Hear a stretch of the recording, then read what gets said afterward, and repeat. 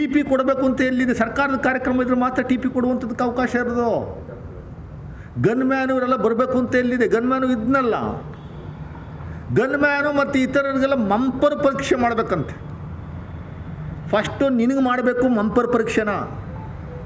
ನಿನಗೆ ಯಾರು ಹೇಳ್ಕೊಟ್ಟು ಮಾಡಿಸ್ತಾವ್ರೆ ಅನ್ನುವಂಥದ್ದಕ್ಕೆ ಮಂಪರ್ ಪರೀಕ್ಷೆಗೆ ನೀವು ಒಳಗಾಗಬೇಕು ಫಸ್ಟು. ಛಲವಾದಿ ನಾರಾಯಣ ಸ್ವಾಮಿ ಅವರೇ, ನಾಲಿಗೆ ಬಿಗಿ ಹಿಡಿದು ಮಾತಾಡಬೇಕು. ಒಬ್ಬ ಮಹಿಳೆ ವಿರುದ್ಧ ಮಾತಾಡುವಂಥ ಸಂದರ್ಭದಲ್ಲಿ ಆಕ್ಸಿಡೆಂಟಾಗಿ ಬೆನ್ಮೂಳೆ ಮುರ್ಕೊಂಡು ಹಾಸ್ಪಿಟಲ್ ಇರುವಂಥ ಸಂದರ್ಭದಲ್ಲಿ ಆ ಮಹಿಳೆಗೆ ವಿರೋಧಿ ಆದ್ರೂ ಸಾಂತ್ವನ ಹೇಳಕ್ಕೆ ಬರುವಂಥ ಸಂದರ್ಭದಲ್ಲಿದ್ದಂಥ ನಿಮ್ಮ ಮನಸ್ಥಿತಿ ಹೆಂಗಿದೆ, ಬಿ ಜೆ ಪಿ ಮನಸ್ಥಿತಿ ಹೆಂಗಿದೆ ಅನ್ನುವಂಥದ್ದು ಇದು ಎತ್ತು ತೋರಿಸ್ತದೆ. ನಿಮ್ಗೆ ಯಾರು ಹೇಳಿ ಪ್ರೆಸ್ ಮೀಟ್ ಮಾಡೋಕ್ಕೆ ಹೇಳಿರೋದು? ನೀವು ದಲಿತರು ಅಂದ್ಬಿಟ್ಟು ನೀವು ಪ್ರೆಸ್ ಮೀಟ್ ಮಾಡಿದ್ರೆ ಯಾರು ರಿಯಾಕ್ಟ್ ಮಾಡಲ್ಲ ಅಂತನಾ? ನಿಮ್ಮನ್ನು ಬಿ ಜೆ ಪಿಯವರು ಉಪಯೋಗಿಸ್ಕೊತಾವ್ರ? ಸಿ ಟಿ ರವಿ ಮತ್ತು ನಿಮ್ಮ ಈ ಛಲವಾದಿ ನಾರಾಯಣ ಸ್ವಾಮಿ ಇಬ್ಬರಿಗೂ ಮಂಪರ್ ಪರೀಕ್ಷೆಗೆ ಒಳಪಡಿಸ್ಬೇಕು. ಆ ಸಿ ಎ ಸೈಟ್ ತಗೊಂಡು ಹೊಸಕೋಟೆ ಹತ್ರ ಬಿರಿಯಾನಿ ಮತ್ತು ಬಾರ್ ಆ್ಯಂಡ್ ರೆಸ್ಟೋರೆಂಟ್ ಮಾಡ್ತಾ ಇದ್ದೀರಲ್ಲಪ್ಪ. ಸಿ ಎ ಸೈಟ್ ತಗೊಂಡಿದ್ದು ಸ್ಕೂಲ್ ನಡೆಸೋಕ್ಕೆ ಅಂತ, ಬಾರ್ ಆ್ಯಂಡ್ ರೆಸ್ಟೋರೆಂಟ್ ಮಾಡ್ಕೊಂಡು ತಿರುಗ್ತಾ ಇದ್ದೀರಲ್ಲ ನೀವು. ಫಸ್ಟ್ ಆ ಸೈಟ್ನ ವಾಪಸ್ ಕೊಡ್ರಿ.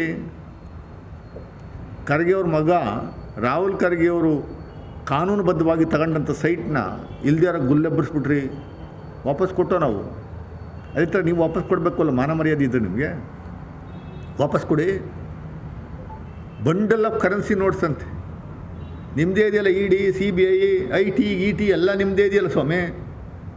ಹಾಂ, ಮಾತಾಡೋದಕ್ಕೆ ಒಂದು ಇತಿಮಿತಿ ಏನೂ ಬೇಡವಾ? ಏನು ಯಾವ ಲೆವೆಲಲ್ಲಿ ನೀವು ಯಾವ ಲೆವೆಲ್ಗೆ ಹೋಗ್ತಾ ಇದ್ದೀರಿ ಅನ್ನುವಂಥದ್ದಕ್ಕೆ ಎಷ್ಟು ಸರಿ ಇದು? ಅದೆಲ್ಲ ಈ ವಿಶ್ಲೇಷಣೆ ಮಾಡೋದೇನೋ. ಮೊದಲು ನಾಯಿ ಬಂದ್ಬಿಡ್ತು ಅಂತ ಹೇಳಿದ್ರು, ಆಮೇಲೆ ಇನ್ನೇನೋ ಆಯಿತು ಅಂತ ಹೇಳಿದ್ರು. ಎಲ್ಲ ಇವ್ರಿಗೆ ಹೇಳಕ್ಕೆ ಬಂದಿದ್ರಾ?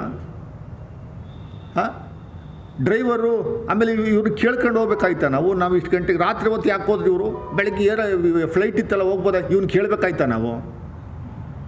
ನಾವು ಬಾತ್ರೂಮ್ಗೆ ಹೋಗ್ಬೇಕಾದ್ರೂ ಕೇಳಬೇಕಾ ಬಿ ಜೆ ಪಿಯವ್ರನ್ನ?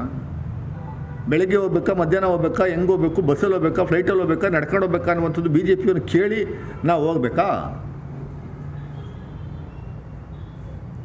ಅವರ ಸ್ವಂತ ಜೀವನ ಇಲ್ವಾ?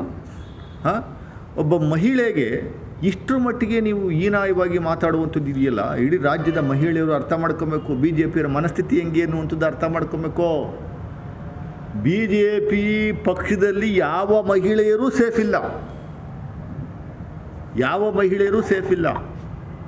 ಇದು ಭಾಳ ಸ್ಪಷ್ಟ.